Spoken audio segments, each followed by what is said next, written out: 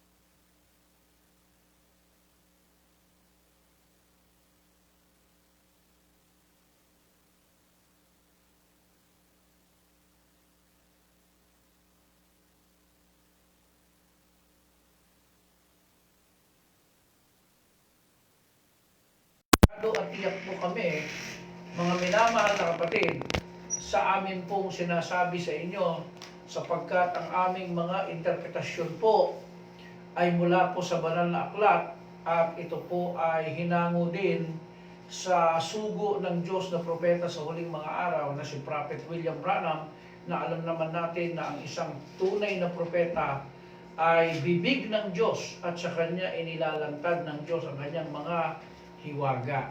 Okay po? So ngayon po sa ating pagpapatuloy, ang ating pong mensahe, mga minamahal na kapatid, sa pagkakataong ito ay pinamagatang sequence of end time events before and after the rapture. Ayan. So pag-aaralan po natin, dahil na pag-aaralan na po natin ang rapture, ano po, at ano ang rapture, sino ang mararapture, ngayon po ay pag-aaralan natin sa tulong ng ating Panginoon kung ano ang mga mangyayari bago mag-rapture at pagkatapos ng rapture. Okay po? So, sisimulan po natin ang ating pagbasa ngayong gabi sa Mateo 24, verse 44. At ganito po ang ating mababasa sa English and then sa Tagalog.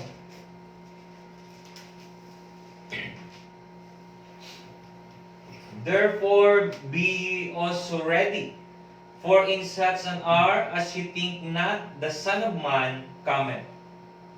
Kaya nga kayo'y magsihanda naman, sapagkat paririto ang anak ng tao sa oras na hindi ninyo iniisip.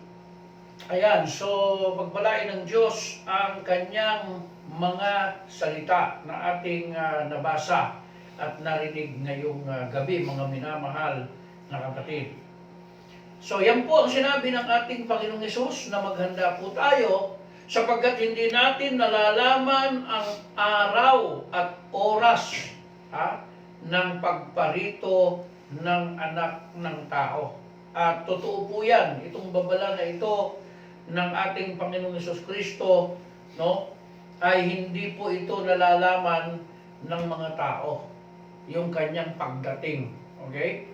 Lalong-lalo na po, yung pagdating ng ating Panginoong Hesus Kristo, mga minamahal na kapatid, kung ating pong pag-aaralan sa banal na aklat, ito po ay mahiwaga yung pagdating ng ating Panginoon. Meron po kasing sinasabi rito, no, na three comings of Christ. No? The first coming, ayun po yung namatay sa krus, na sinabi ni William Branham, na the first coming is to redeem the bride. Ayan po. And then, the second coming is to get the bride. Ayan po, kukunin na po. Ito po yung rapture, ang bride.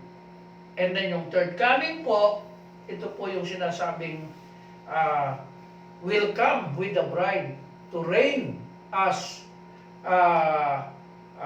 husband and wife in the millennial reign, sa tinatawag po na honeymoon ng Diyos at saka ng kanyang iglesia. So yan po yung three comings. no? First, second, and third coming of Christ. Ngayon, kung ito lang yung ating aabangan, mga minamahal na kapatid, yung tatlong comings na yan, maaari po tayong malito at maaari po tayong maging inosente o ignorante. Pero kung tayo po ay magsasaliksik ng Biblia, in between po, ay meron hong sisingit dyan na coming. In between.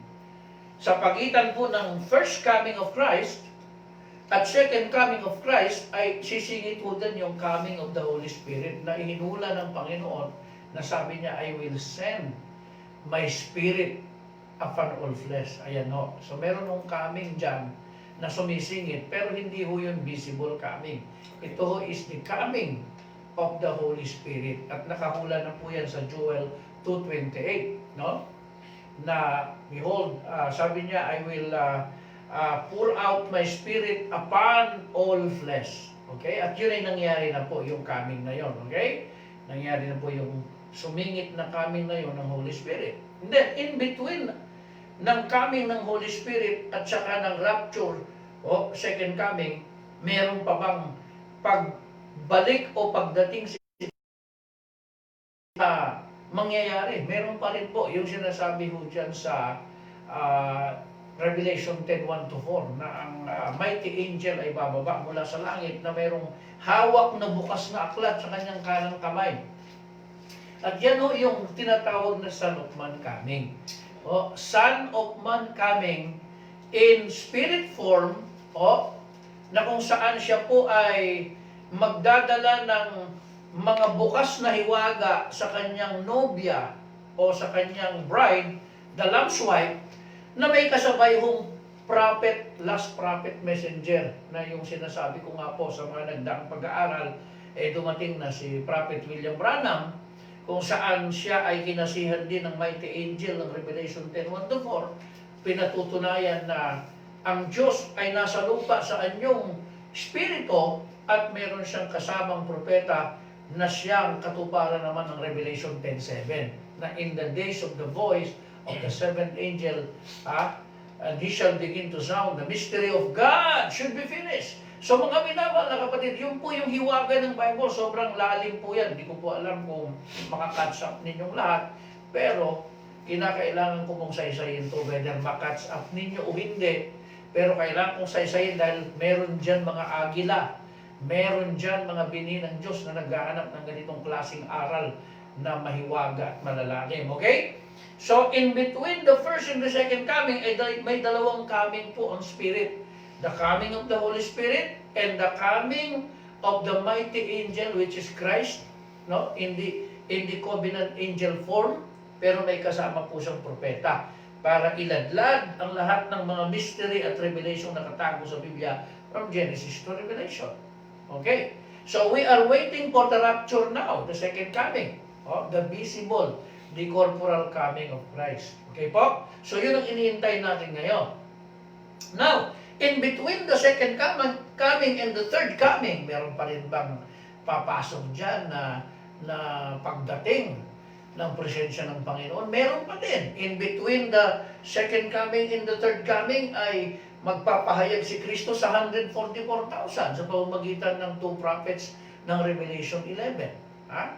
Revelation 11, may dalawang prophets na darating. But this time, ito ay para sa mga hindi na sa Gentile. Ito ay para sa mga Hudyo na. Maliwanag po ba yun? Kayong mga scholar, sino mang nanonood na scholar at estudyante ng Biblia, mapipick up niyo sinasabi ko na dito matutupad yung hula sa Biblia na tatanungin si Jesus kung saan niya nakuha yung sugat niya sa side, sa kanyang sinong sumibat sa kanyang tagiliran, at saan niya nakuha yung mga pako sa kamay at sa paa. Ito ho yung katuparan nito. Ito ho yung the comings of the two prophets, Moses and Elijah of Revelation 11. At yan ho ay in between ng third coming of Christ. So, sinasabi po natin ang mga bagay nito para hindi po tayo maging ignorante, mga minamahal na kapatid, at maging inosente sa kasulatan. Maaaring hindi po ninyo ito naririnig sa inyong mga simbahan, dahil hindi po ipinahayag sa kanila kung hindi nila kinikilalang propeta si William Branham, talagang limitado po ang maituturo po sa inyong simbahan.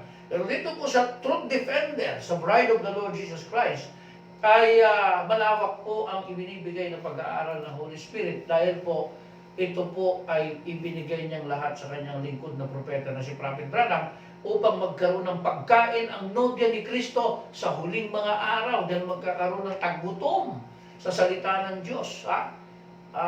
Pupunta ka dito, pupunta doon, hindi mo matatagpuan ng mga malalalim na aral ng Biblia, no?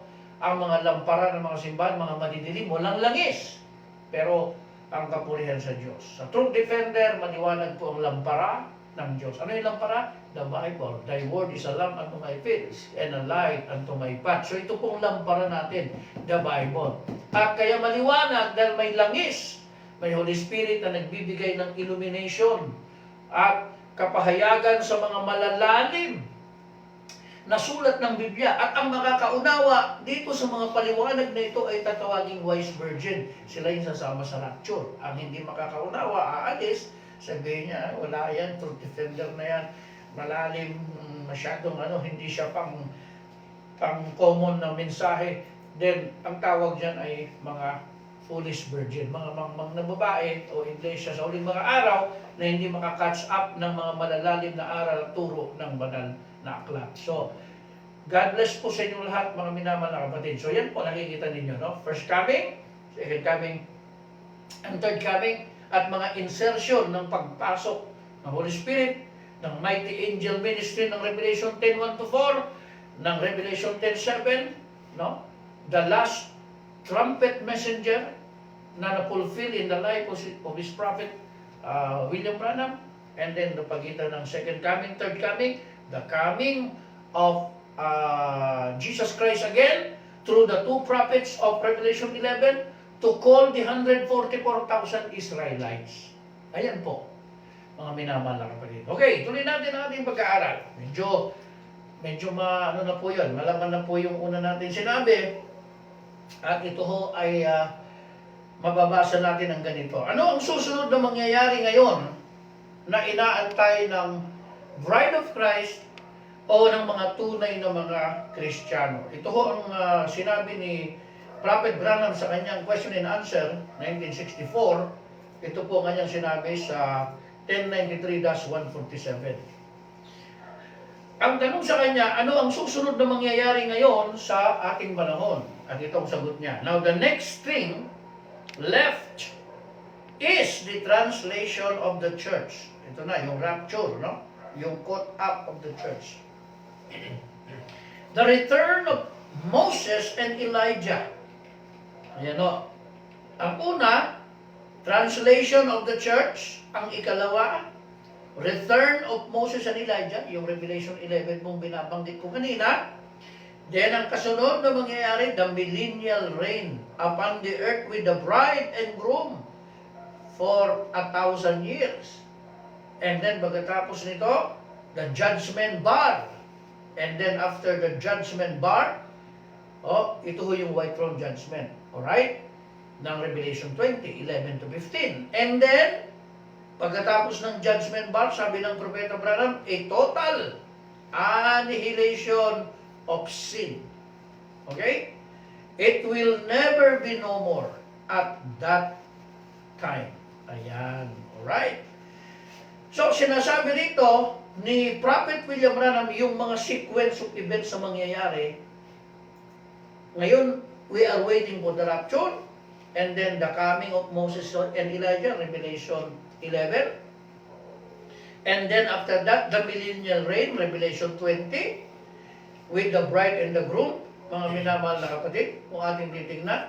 And after the millennial reign, white throne judgment, Revelation 20, 11-15. And then total annihilation of sin. Ito na yung tinatawag na pagbaba ng apoy mula sa langit para sunugin lahat ng bagay sa lupa. And then that is the end of all things. Okay? Sinabi dito. Now, sabi ni Prophet Branham, the seals never ended time. Time or season until after the millennium. No. There will still be time until after the millennium. Okay? So pinaliwanag ni William Branham, after the seals, there will still be time after the millennial reign, ay meron pa rin konting panahon na natitira sa mundo. Okay? So yan o ang ating nabasa mula sa question and answer. Ngayon, isa pang quotation ang tinuran ni Prophet Branham mula sa question and answer 1964 pa rin, 1160-question 392. Ito po ang kanyang sinabi. Okay. Meron pong tanong sa kanya, the church age ending and has blacked out. The bride is cold. We have already entered into the tribulation period. Patanong po, tayo ba ay pumapasok na o pumasok na sa Great Tribulation ngayon? Yun ho, tanong kay Brother Branham. Anong sagot? No, no, no. Sabi niya. The bride, when she is taken from the church, then the church age will cease. Medyo malalim po ito, mga minamahal na kapatid, ha? Ang sinasabi po rito, when the bride was taken from the church, then the church age will cease. Laodicea goes into chaos. The bride goes to glory. Okay? And the tribulation period sets in upon the sleeping virgins for 3.5 years. Okay, pansinin niyo po itong kadugtong, ha?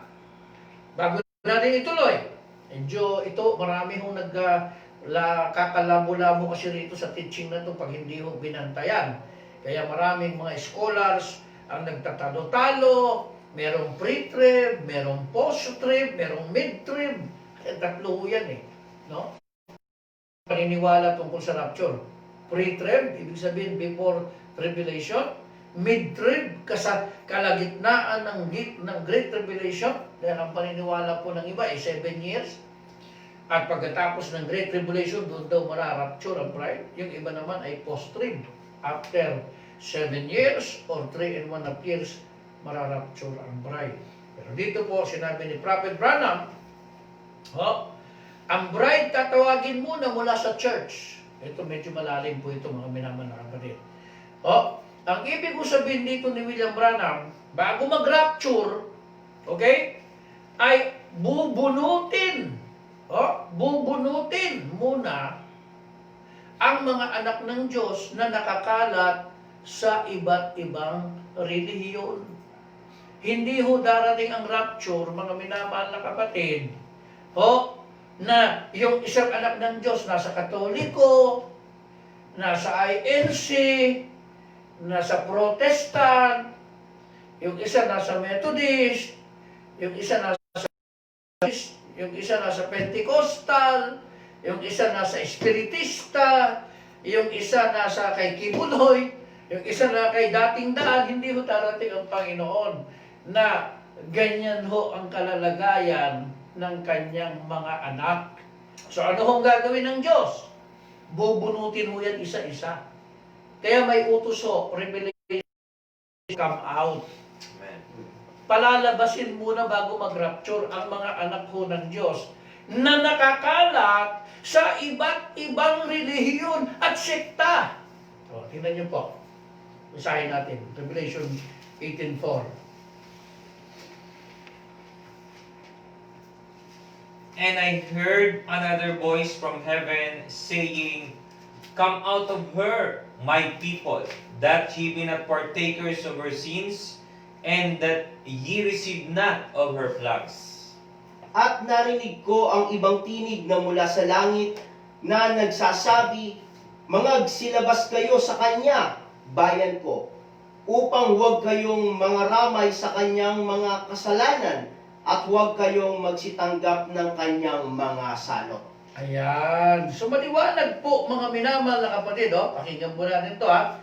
Ito, medyo magiging mabigat po ito sa inyo, pero nice kong bitawan. Okay? No offense to any religious organization. Kung anak ka ng Diyos, ayan, kung anak ka ng Diyos, at nasa Katoliko ka, nasa Iglesia Romano Katoliko ka, sincero ka, tapat ka dyan, ha? Deboto ka nga, ika nga. Anak ka ng Diyos. Kaya lang, dahil ikaw ay sumasamba sa Diyos-Diyosan at ikaw ay sunod-sunuran sa utos ng Papa at Pare, wala namang karamihan sa Bible, yung mga sinasabi ng Pope at saka ng mga Pare, ang gagawin ho ng Diyos sa iyo, ito, sabi binasa natin, ilalabas ka niya sa pagiging Katoliko. Kung anak ka niya, ilalabas ka niya dyan. Kasi, ayaw ng Diyos na dadating siya, na nandyan ka, kumakain ka ng dinuguan, kumakain ka ng ikaw ay mabisyo, nagtutungit, ikaw ay nagsusugal, nagsasabong. Kasi, hindi bawal kasi sa Katoliko maraming bisyo eh. Hindi papayag ang Diyos, dadating ka na nasa ganyan kang kalalagayan. Huhugasan ka niya, lilinisin ka niya. At para mahugasan ka niya, aalisin ka niya sa putik, aalisin ka niya sa dumi. Dahil ang sistema po ay mali. So, aalisin ka muna dyan.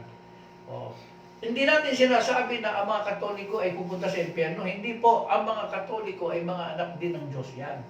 Kaya lang, ang mali dyan, hindi yung mga tao. Sistemang bumabalot sa Roman Catholicism. Yun yung mali. Yun yung kinamumuyan ng Panginoon. Pero yung mga Katoliko, ng Diyos yan. Katoliko, anak ng Diyos din yan. Pero ano yung utos? Come out of her, my people. Sino yung her? Yung babaeng madumi, yung whore, na pinag-aralan na natin sa mga nagdaan na tumutukoy sa Roman Catholic system. Pinalalabas tayo roon ng Panginoon. So, ganun po ang rapture. Hindi darating ang Diyos na ang mga anak niya hiwa-hiwalay sa mga reliyon at sekta. Bubunutin muna ng Diyos yung mga anak niya na nandoon nakabaon sa maling sistema ng reliyon, palalabasin ka. Kaya ang utos, come out of her. Lumabas kayo sa kanya, bayan ko. Maliwanag po ba yun, mga minamahal na kapatid? Huwag naman kayo masasaktan. Nasasali, lagi na lang tinitira ng depender ang Katoliko. Parang hindi naman siya dati sa Katoliko. Hindi po. Ang tinitira po natin dito, hindi po yung mga tao. Yung maling sistema na bumalot sa Roman Catholic Church. Pero ang mga tao, anak ng Diyos ho yan, mahal ho ng Diyos yung mga Roman Catholics, kagaya ho natin na mga dating Roman Catholics. Okay? At kung ikaw ay may Roman Catholics na nunod sa amin ngayong gabi, mahal ka ng Panginoon. Amen. At gusto ng Diyos, lalabas ka dyan. Pag hindi ka lumabas, mapaparusahan ka kasi ihihiga ng Diyos yan eh. Ang Roman Catholicism ay ihihiga ng Diyos sa banig ng karamdaman. Ang ibig ko sabihin yun, yung Great Tribulation. Yung parurusahan siya sa malaking kapigatian na sinasabi ng Bible. So pag di ka lumabas dyan, saba ka. Okay? Ngayon, ano naman ang gusto ng Diyos? Ano naman ang payo ng Diyos? Dito naman sa mga wala sa Roman Catholicism.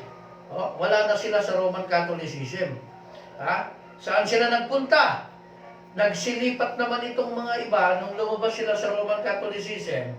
Nagsilipat sa Protestant, sa Baptist, sa Methodist, sa INC. Okay? Nagsilipat sila. So, darating ba si Kristo, mga minamahal na kapatid? Darating ba si Kristo?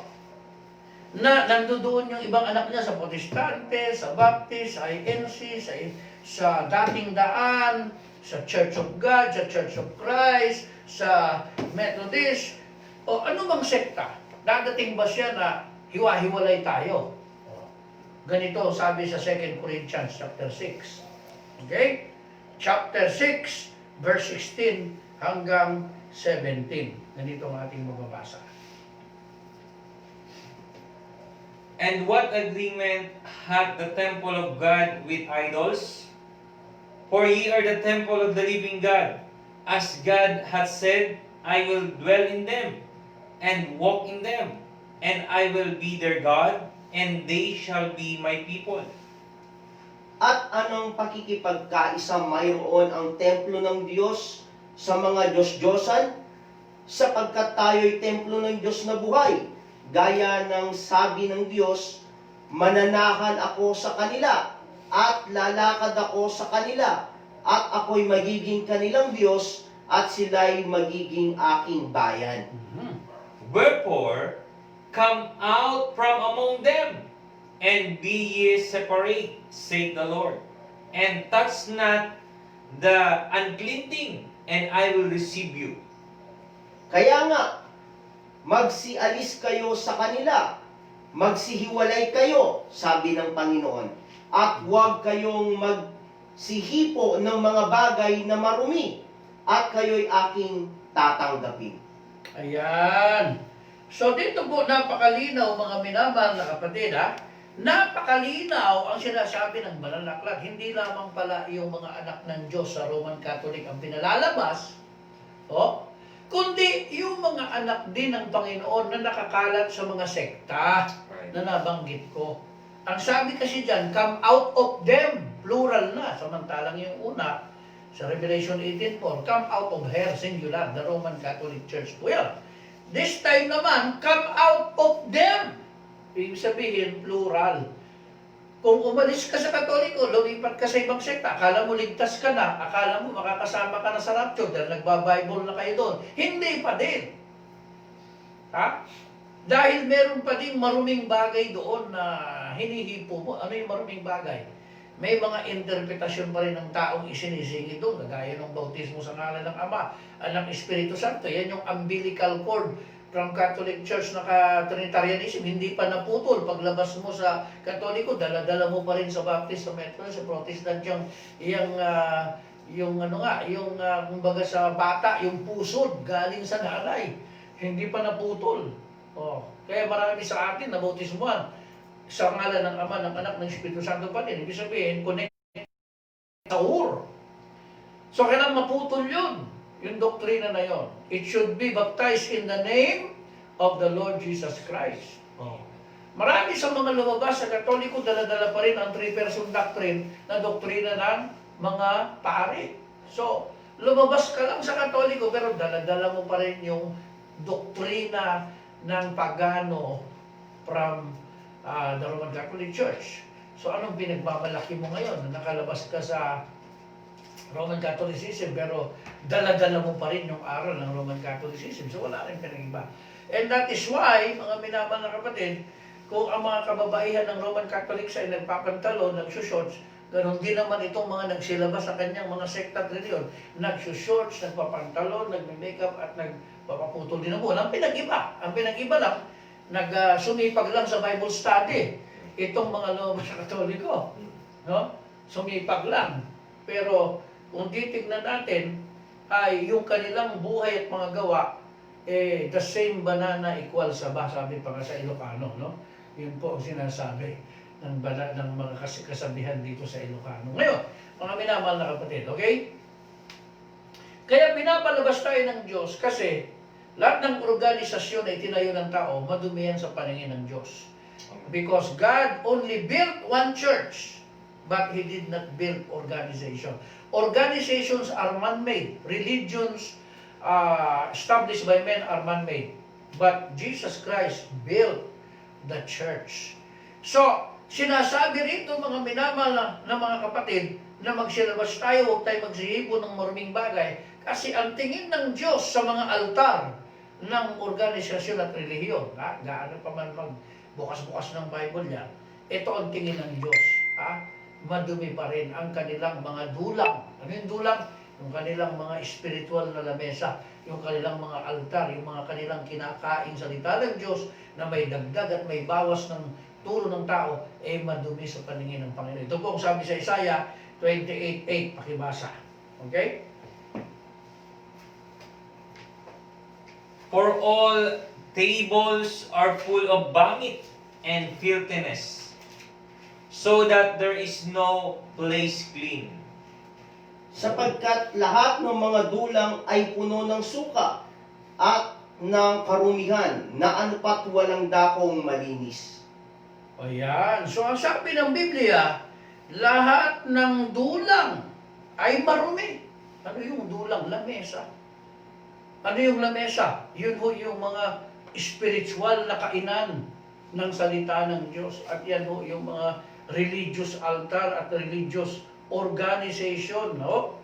Yan ho yung mga dulang na sinasabi ng Biblia na sa tingin ng Diyos ay malinis ba ang tingin ng Diyos?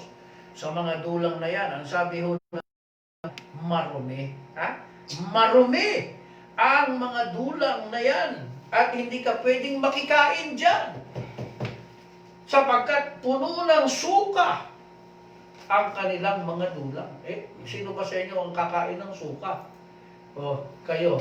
Bagamat ang suka ay galing sa bibig mo yan, galing yan sa sarili mong tiyan. Pero, pag yan ay isinuka mo, walang matinong taong kakainin mo yan. Bakit? Dahil pangit na po Bagamat galing yan sa sarili mong bituka, sariling laway mo din yan, sariling acid din yan ng katawan mo, pero pag yan ay isinuka mo, masama na pong kainin yan. At ang gumagawa lang po niyan, yung aso, na pag sinuka niya, ay kakain niya. Okay? Pero ang Diyos po ayaw po niya yon, yung maduming dulang o hapagkainan ng salita ng Diyos. Ibig sabihin po kasi, pag may dagdag, may bawas ang mga aral sa sarili nyo, marumiho yung lamesa ninyo sa harapan ng ating Panginoon. Kaya, sinasabi ng ating Panginoon na meron tayong lamesang kinakainan at hindi tayo dapat makikain sa lamesang madumi, kundi kinakailangan tayo ay kumain lamang sa lamesang malinis. No? Ito ang ating mababasa sa 1 Corinthians 10. Okay. 10:20 to 21. Sige. Ibasa natin. But I say that the things which the Gentiles sacrifice, they sacrifice to devils, and not to God. And I would not that ye should have fellowship with devils. 1 Corinthians 10:19. 10:20. Ano ang aking sinasabi? Na ang hain baga sa mga Diyos-Diyosan ay may kabuluhan o ang Diyos-Diyosan ay may kabuluhan? What say I then? That the idol is anything, or that which is offered in sacrifice to idols is anything? But I say that the things which the Gentiles sacrifice, they sacrifice to devils, and not to God. And I would not that ye should have fellowship with devils. Subalit sinasabi ko na ang mga bagay na inihahain ng mga hentil ay kanilang inihahain sa mga demonyo at hindi sa Diyos. At di ko ibig na kayo'y magkaroon ng pakikipagkaisa sa mga demonyo. Alright, so napakaliwanag ang sinasabi ng Biblia, mga minamahal na kapatid, na yung pagdalo sa mga fellowship, pagdalo sa mga gawain, sa mga organisasyon, reliyon at mga simbahan, na hindi ho malinis ang aral at doktrina, halo-halo, may tradisyon ng tao, ito ho ikinagagalit ng Panginoon at nagiging madumi ang lamesa na kinakainan ng bawat reliyon. Kaya ang sabi ng Panginoon, huwag kang iipo ng mga bagay na madumi at ang mga suka ay madumi po yan sa paningin ng ating Panginoon. Sa kanila. Alright? So maliwanag po sa pagtuturo ng banal na aklat, mga minamahal na kapatid, na ang plano ng Diyos bago siya dumating, hindi ho siya darating. Yun, magkakahiwalay ng paniniwala at nagsisihipo po tayo ng mga maruruming mga aral at doktrina, hindi ho papayag ang Diyos. Ang gagawin ho ng Diyos, ilalabas ka muna kung Katoliko ka, ilalabas ka kung Protestante ka, ilalabas ka sa iglesia, sa balisa. Yun ang gagawin niya, ilalabas ho tayo. Yan ang utos come out of hell, come out of them. Okay? Saan tayo dadalhin? Yan ang kasunod na tanong. O, saan tayo dadalhin ng ating Panginoon? Sa ating pag inilabas niya tayo. O, ito ho ang ating mababasa. Dito naman tayo dumako sa Bagong Tipan, sa aklat ni Juan, Kapitulo 10. Okay? O, ito ho. Sa Kapitulo 10 ng Juan, dito tayo dadalhin ng ating Panginoon pag nilabas ho tayo dito. Okay? John chapter 10, verse 9. Ayan. I am the door. By me, if any man enter in, he shall be saved, and shall go in and out, and find pasture. Ako ang pintuan. Ang sino mang taong pumasok sa akin ay siya'y maliligtas at papasok at lalabas at makasusumpong ng pastulan. Ayan. So yan ho, no? Tayo ho ay ilalabas at ipapasok tayo sa pintuan. Ano ho pintuan? Pintuan ng sekta reliyon? Hindi po. Pintuan ho ng salita ng Diyos, si Kristo po yun. I am the way, the truth. I am the door of the sheep. Si Kristo po, siya po ang pintuan ng kawan ng Diyos. At siya yung salita. In the beginning was the Word, and the Word was with God, and the Word was God. John 1:1. Doon tayo papapasukin sa salita ng Diyos, sa katotohanan, sa malinis na lamesa ng dulang ng ating Panginoon. At si Kristo po yun, ng kanyang salita. Siyempre, magiging bahagi tayo ng tinatawag na true church. The bride of the Lord Jesus Christ, the Lamb's wife. Hindi na sekta, hindi na relihiyon, hindi na organisasyon na gawa ng tao, kundi isang church na tinawag ng Diyos, galing sa iba't ibang relihiyon, galing sa iba't ibang sekta, na pinag-isa. At tinawag na nobya at asawa ni Kristo, the Lamb's wife. Yan ho, mga kapatid, ang mababasa mo natin sa Revelation 21:9, no? Basahin natin para naman makita nila na may batayan tayo. Revelation 21 verse 9, okay?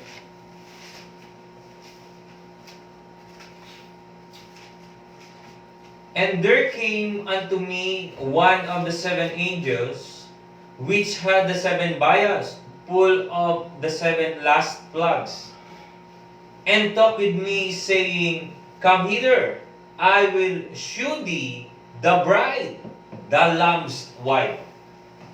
Okay? At dumating ang isa sa 7 anghel na may 7 mangkok, mga puno ng 7 huling salot, at nagsalita sa akin na nagsasabi, Halika, ipapakita ko sa iyo ang babaeng kasintahan, ang asawa ng Kordero. Ayan ho ang pangalan ng Church ng Truth Defender, no? Bride of the Lord Jesus Christ, the Lamb's wife. Diyan ho kayo dadalhin pag from Catholic, Roman Catholicism, dadalhin ho kayo sa Bride of the Lord Jesus Christ, na kanyang asawa, na kanyang nobya, na dumaan sa pintuan, na si Kristo yung pintuan na yon. Yung pintuan ng katotohanan po yan eh. Pag galing ka naman sa Protestante, ilalabas ka ngayon, dadaling ka sa Bride of Christ. Galing ka sa INC, Bride of Christ. Galing ka sa Jehovah, magiging Bride of Christ. Galing ka sa Baptist, magiging Bride of Christ ka. Kaya pag magiging bago yung pangalan mo, bibigyan ka ng Diyos ng bagong pangalan. Ano yung bagong pangalan? The Bride, the Lamb's wife. Yun ang bago mong pangalan. Kasi yung luma mong pangalan, Catholic, Protestant, Methodist, Baptist, Spiritista. Yan ang tawag ho dyan ng Biblia, blasphemous names, mga pamumusong na pangalan. Kasi yung ginagamit ng mga pangalan na yan, hindi yung mga legit na asawa ni Kristo. Ito ay mga impersonator lang ng tunay na church ng ating Panginoon. Kaya yung mga names po na yan na ginagamit natin, abominable ho yan.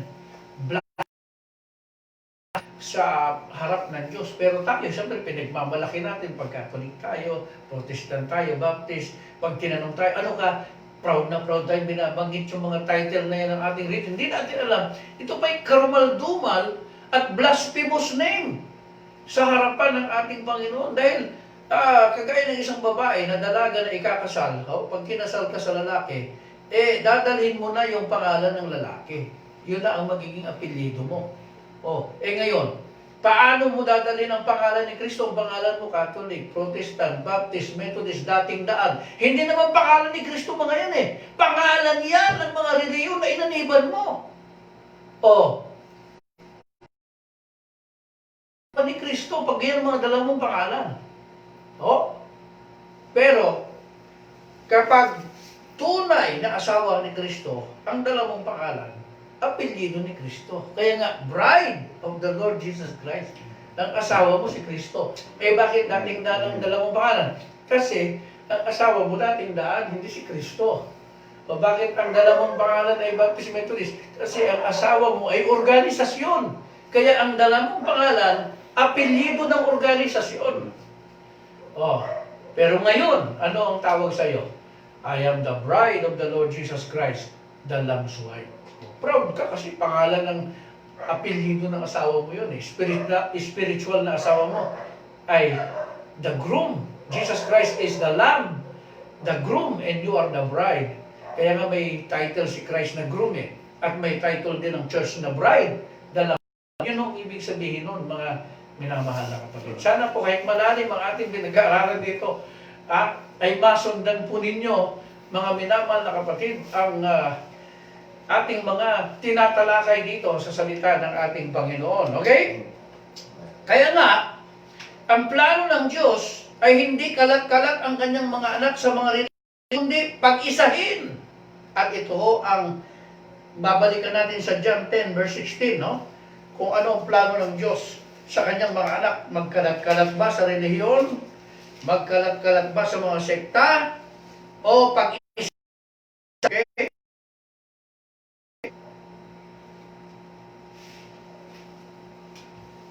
And other sheep I have, which are not of this fold. Them also I must bring, and they shall hear my voice. And there shall be one fold, and one shepherd. At mayroon akong ibang mga tupa na hindi sa kulungang ito. Sila'y kailangan din namang dalhin ko, at kanilang biringgin ang aking tinig, at sila'y magiging isang kawan at magkakaroon ng isang pastor. Kita niyo yung plano ng Diyos. Hindi siya darating na magra-rapture, kalat-kalat pa yung anak niya. Merong nagdidebate sa Catholic at Protestant, INC. Hindi po, maliwanag po sa plataforma ng Diyos, hindi siya darating na kalat-kalat tayo. Kundi iipunin niya muna tayo, mga minamahal, mga kapatid. Kumbaga, huhugutin tayo palabas. Lahat ng anak ng Diyos sa lahat ng mga maruming Antichrist organization, at pag-iisahin tayo isang kawan. Ibig sabihin, isang church. Ito ang ating binabasa ng John 10:9-16. Ginagamit ito ng mga sekta. Paborito rin na itong verse na ito. Ngayon nga lang, papapasukin kanila sa pintuan ng kanilang organisasyon. Samantalang dito sa Truth Defender, papapasukin kayo sa tunay na pintuan, si Kristo. At magiging nobya at asawa kayo ni Kristo, at hindi asawa ng Antikristo. Yan ang katotohanan dyan. Lahat kami gumagamit nitong verse na to. John 10:9. Pero ang tinutukoy nila, pintuan ng kanilang relihiyon. Pintuan ng kanilang sekta. Yun ang pagkakaiba. Sa Truth Defender, kay Kristo kayo ituturo. Sa pintuan ng salita ng katotohanan, upang kayo ay maging asawa at nobya ni Kristo na kanyang ililigtas at kukunin sa araw ng kanyang pagparito. Yan ang kaibahan. Pare-parehong gumagamit ng Bible, pare-parehong gumagamit ng talata, pero yung aplikasyon po nagkakaiba. Okay po? So, purihin po ang Diyos sa ating pag-aaral ngayong gabi, So, ngayon malinaw na. Hindi ho darating ang rapture, hindi ho darating ang Panginoon na kalat-kalat pa tayo sa iba't ibang sekta. ilalabas. Pinalalabas na po tayo. At naglabasan na po ang mga anak ng Diyos. At meron pa kayong lumalabas. Meron pang lumalabas sa door of faith. Meron pang lumalabas sa door of Protestantism, door of INC, door of, anong tawag dyan? Door of, kung ano-anong door yan eh. No? Doors in door. Ayan. Okay? Mga pintuan ng relihiyon. Na pag pinasok ka, ipapadlock ka para hindi ka na makalabas. At sasabihin nila na sila na yung totoo. At wala ka nang hahanapin pa. Pero kasinungalingan ho yan, no? Ako po ay ang dami kong relihiyon na napasok, ang dami kong relihiyon na pakinggan, ang dami kong relihiyon na inaral. Pero, dito lamang po nasihan at naliwanagan ang aking puso sa aral ng Bride of the Lord Jesus Christ, the Lamb's Wife, at sa mensahe ni Propeta Branham, huling sugo ng Diyos. Dito ko lamang nasumpungan ang kasiyahan, ang kagalakan, ang buong katotohanan at kapayapaan ng aking mga hinahanap na mga kasagutan sa aking mga tanong. Kaya ang kapurihan sa ating Panginoon. Kaya ako po ay nanatili rito sa pananampalatayang ito mula noon hanggang ngayon. At wala na po akong narinig, wala na po akong nakita na mas malinaw pa rito, mas malalim pa rito, mas maganda pa rito, mas makatotohanan pa rito. Dahil kung meron, siyempre pupunta rin ako doon kung saan malalim, makatotohanan, mas totoo. Pero wala na pa akong narinig. Nakadibati ko na si Soriano, nakadibati ko na mga ministro ng INC at ibang sekta. Hindi po ako nasiyahan sa kanilang mga aral at panindigan sapagkat may dagdag, may halo, may bawas ang kanilang mga pagtuturo sa salita ng ating Panginoon. To God be praise, to God be the glory. Pero mahal ko, marami akong kaibigan sa mga sektang yan. Okay? Marami akong kaibigan sa lahat ng reliyon. Bagamat hindi ko pinaniniwalaan ang kanilang mga itinuturo. Okay? Kasi pwede mong mahalin yung membro, pwede mong mahalin ng tao, pero iyong kamuhian ang sistemang mali at aral na mali na kanilang pinaniniwalaan. Okay? So ituloy natin. Okay? Sabi ni Brother Branham, the bride will be taken out of the church. Ito, iyan ako yung pinaniwanag natin kanina lang. Okay? Ilalabas muna siya. Siya iangat ng Diyos sa kaluwalhatian. At pag naiangat na ang nobya sa kaluwalhatian, ang malaking kapigatian ay magsisimula na sa mga foolish virgin. Ano yung foolish virgin? Matthew 25, 1-13, mga minamahal na kapatid, the parable of the kingdom of heaven, ang mga foolish virgin na sinasabi dyan, ay ang mga Kristiyanong natutulong sa mga organisasyon. Ang tawag mo dyan ay sleeping foolish virgin. Bakit foolish? Ang ibig sabihin ng foolish sa Tagalog ay mangmang. Ano ibig sabihin ng mangmang? Kulang sa kaalaman. Okay? My people are perished for the lack of knowledge. So marami hong Kristiyanong mababait, marami hong Kristiyanong born again, marami hong Kristiyanong deboto sa ating Panginoon. Ang problema kulang sila sa mga kaalaman ng katotohanan ng salita ng Diyos. Kulang sila sa kaalaman kung sino ang Diyos. Hanggang ngayon, nalilito sila kung sino ang Diyos, kung ang Ama ba, ang Anak, o ang Espiritu Santo. Kaya ang ginagawa ko na lang sa kalituhan, sige, yung tatlong yan, Diyos. I-package din na lang natin. Yun na lang ang ginagawa nila kasi hindi nga nila naintindihan eh. Sa iba naman, ayaw ng tatlo, gusto dalawang Diyos, Father and Son. Ayaw ng tatlo, gusto dalawa lang. Dahil hindi rin naintindihan, sige, dalawa na ang Diyos, isang senior, isang junior. Ganyan na. So kahit na naguguluhan na rin ito, nilulunok na lang ng pilit. Okay? Sa iba naman, tumama, one God. Pero pagdating kay Kristo, tinamaan. Hindi daw Diyos si Kristo. Okay? Tao lamang. So, medyo tumama ng konti sa one God, pero nabukulan ng gusto pagdating kay Kristo. Hindi tumama, no? Kaya ganyan noon nangyayari. Pero sa Bride of the Lord Jesus Christ, sa Truth Defender, there is only one God. At ang Father, Son, and Holy Ghost is the same God manifesting in three attributes, in three different office, Right. but not three different distinct person. Ha? One God above us, one God, the Son, with us, and one God, the Holy Spirit, within us. Hindi ba yung tatlong Diyos, the same God lang po yan? Na may kakayanan mag-manifest ng kanyang sarili sa iba't ibang katangian. Huwag mo natin gagawin tatlong Diyos kasi from the beginning, sabi niya, tumingin kayo sa akin at walang ibang Diyos liban sa akin. Singular po yan, personal pronoun. Hindi yung sinabi ng Diyos na, tumingin kayo sa amin sapagkat walang ibang Diyos maliban sa amin. Wala ko tayo mababasang ganyan sa Biblia. Palagi kong tumingin kayo sa akin. Okay?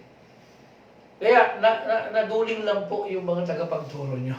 Naduling lang po yung mga pastor nyo. Nagkanda duling-duling na sobrahan po sa doble vista sa pag-aaral sa Bible. Ano?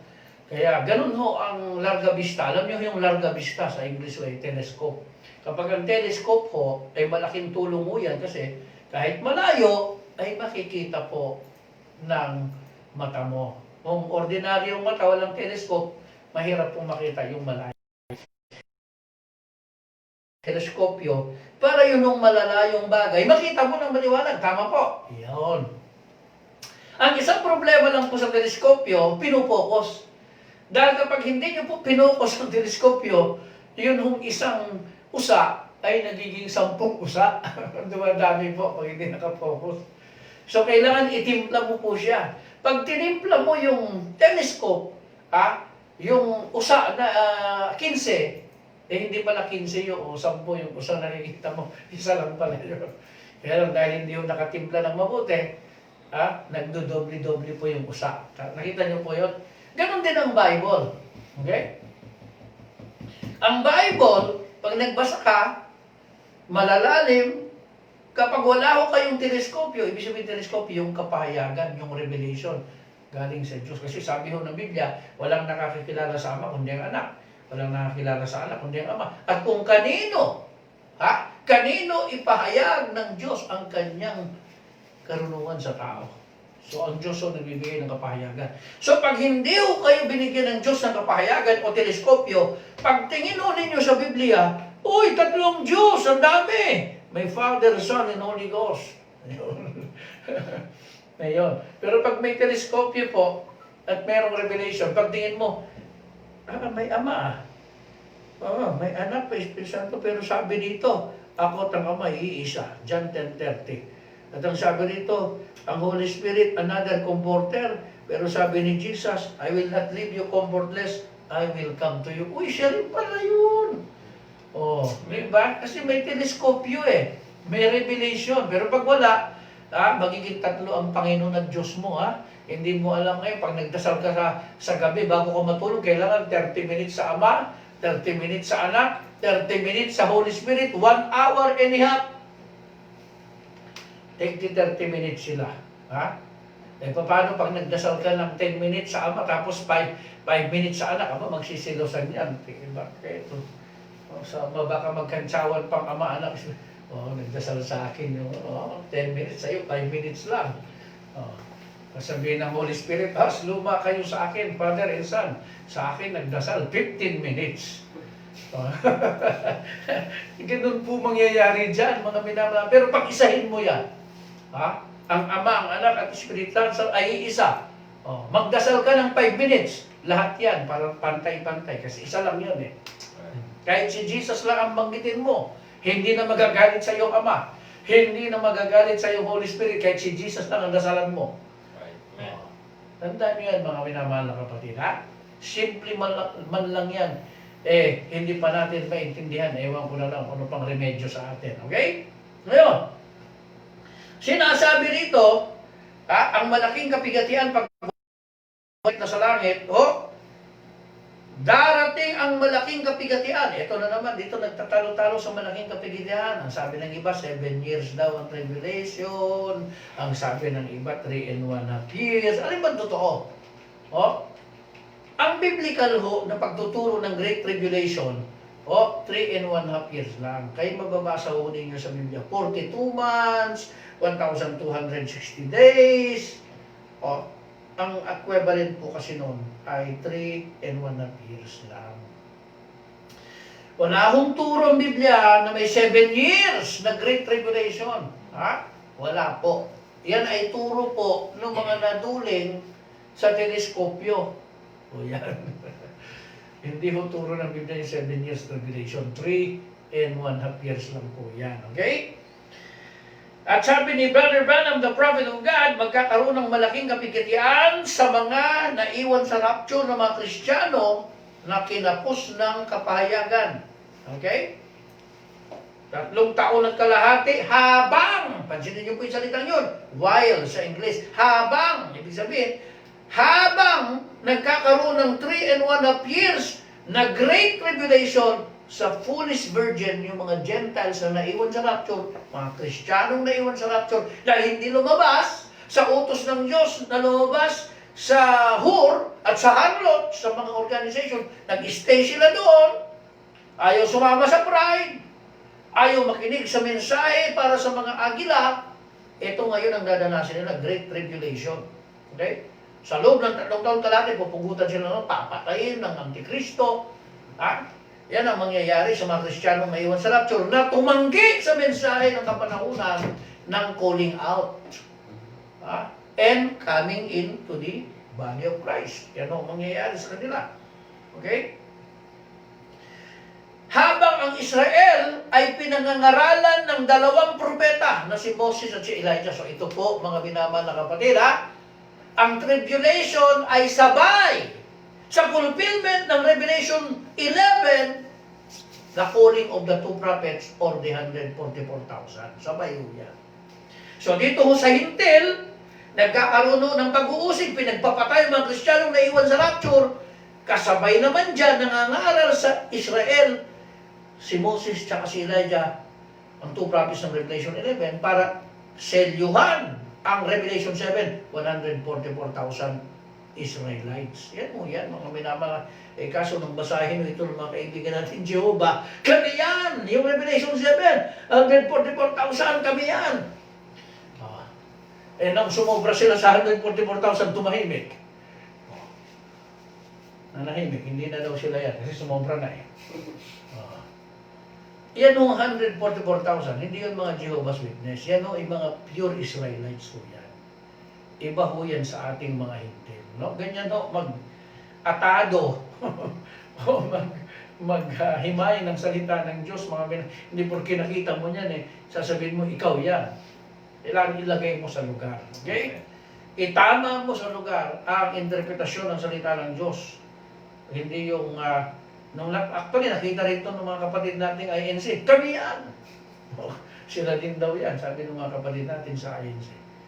Ewan ko kung may iba pang sekta ang mag-aangkin yan. Marami nag-aangkin yan yung 144,000.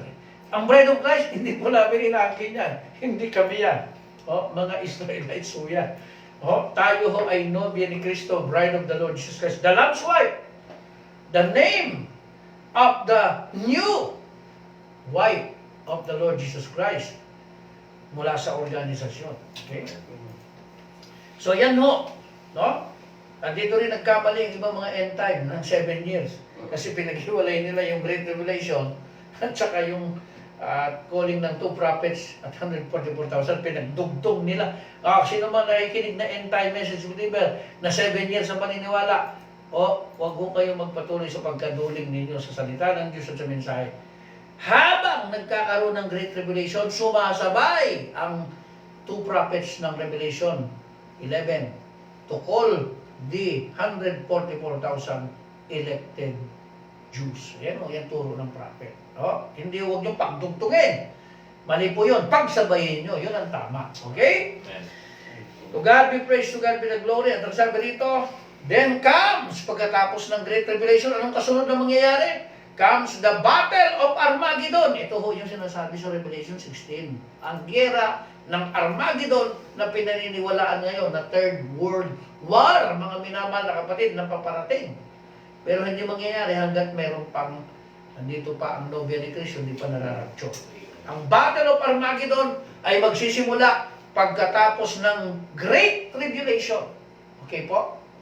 Yan ang sinasabi ni Prophet Branham. And then sabi niya, and then the bride returns back with the groom for 1,000 years. Ito na yung third coming, millennial reign. At pagkatapos niyan, ang maputing luklukan ng paghukom. At pagkatapos ang maputing luklukan ng paghukom, ay ang bagong langit at ang bagong lupa. At pagkatapos, bababa niya ang bagong syudad ng Jerusalem mula sa Diyos sa kalangitan. Okay? At ang eternidad at ang panahon, ang oras ay magsasama. Eternity and time will blend together. Pagpalain ng Diyos ang kanyang mga salita, mga minamahal na kapatid, hindi na po natin matatapos ang tema na to ngayong gabi sapagkat dumating na ang ating oras. Alas 10 na po. At ito po ipagpapatuloy natin sa susunod na kabanata, part 2 ng sequence of events before and after the rapture. Pagpalain mo kayo ng Diyos, sana marami kayo ng pulot at naliwanagan kayo at ang kapahayagan ng Diyos ay bumaba at dumating sa inyo. At kayo ay maging wise virgins at hindi foolish virgins sa harapan ng ating Panginoon Diyos. Sa pagpalain sa Diyos, ang kalawalatian, sa pangalan ng ating Panginoon Jesus Kristo, maraming salamat at God bless sa inyo lahat. Ay po magtatapos sa isang huling panalangin. Tayo pong lahat, tahimik ko ang sampat. Amang banal, Diyos ng kataas-taasan, Lord, kami muling paus-pusong nagpapasalamat Siya sa nga po. Lord God, mensahe mo sa gabing ito na aming napag-aralan, Panginoon, ang mga sequence, O Lord God, na magaganap before and after the rapture, Panginoon. At Lord God, patuloy na dalangin po namin na Lord, nabuksan mo, O Lord God, sa pamamagitan ng mga Lord, pagtuturong ito, O Lord, ang mga kaisipan, O Lord God, ng mga puso, Lord God, ng bawat nakikinig, Panginoon, at patuloy na tawagin sila palabas sa mga maling aral at doktrina, O Diyos, na kanilang kinaaniban sa oras pong ito, Panginoon. At Lord, na mahayag sa kanila ang katotohanan ng Ebanghelyo, O Diyos, at sila'y makapasok sa pintuan, O Lord God, walang iba kundi Ikaw, Panginoong Diyos. Salamat po, Amang Banal, Lord God, at patuloy mong gamitin ang programang ito sa patuloy na pagtatanyag at pagdadakila, O Lord God, ng iyong pangalan sa maraming lugar, Panginoon, sa Pilipinas, Panginoon, sa ibang bahagi ng mundo, Panginoon, na kung saan sila'y sumusubaybay at nakikinig sa programang ito, Panginoon. Salamat, O Lord God, sa mga kapatid, O Diyos, na patuloy na nananalangin para suportahan at nag-share ng Lord God, ng gospel na ito, Panginoon, ng Defender, O Lord God, na broadcast namin. O Diyos, pagpalain mo rin sila na may puso, O Lord God, na maipabot sa maraming tao, Panginoong Diyos, O Lord God, ang iyong mga salita, Panginoon. Salamat muli sa iyong pinakamataas na papuri, pasalamat, pagdadakila sa iyo lamang, in Jesus' name, Amen. Amen.